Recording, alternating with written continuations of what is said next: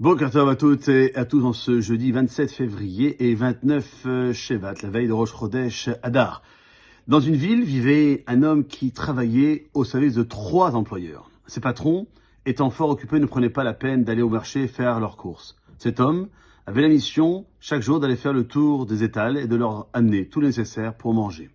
Seulement, l'honnêteté n'était pas sa principale qualité. Il multipliait le prix qu'il avait effectivement payé par 100 et s'enrichissait ainsi sur le dos de ses patrons.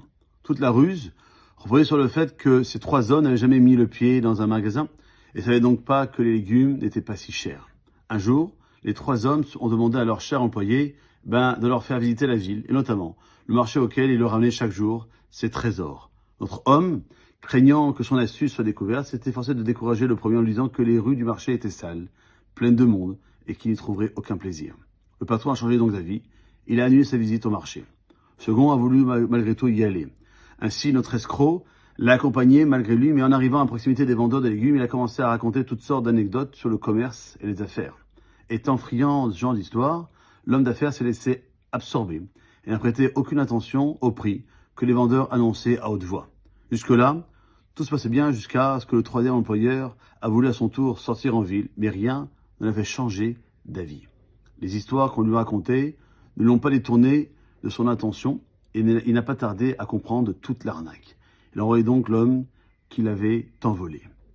Cette parabole, elle vient du Ben Ish Chai et qui explique grâce à cela que le travail du Yetzer Hara, du mauvais penchant, est de tout faire pour que l'homme ne commence pas à creuser, à découvrir la véritable valeur des choses.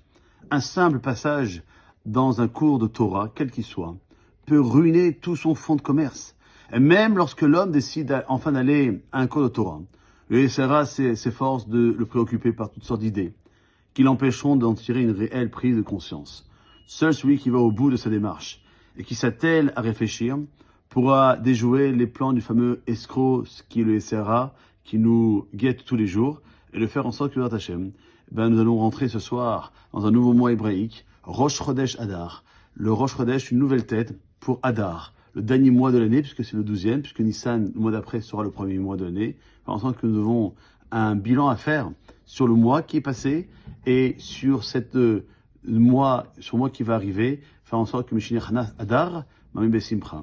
Dès que le mois de Hadar rentre, on a un grand de joie parce qu'on a cette joie, parce qu'on a cette émouna cette fois, que la Kadosh Baruch Hu, va nous donner encore plus de brachot, parce qu'on a pris conscience qu'on doit se détacher du Yetzer Hara, du mauvais penchant, et s'accoler aux cours de Torah, aux tfilot, aux mizot et aux Masim Tovim. Alors je vous le souhaite d'avance pour ce soir, un Chodesh Tov au Mevorach. Kol Tov.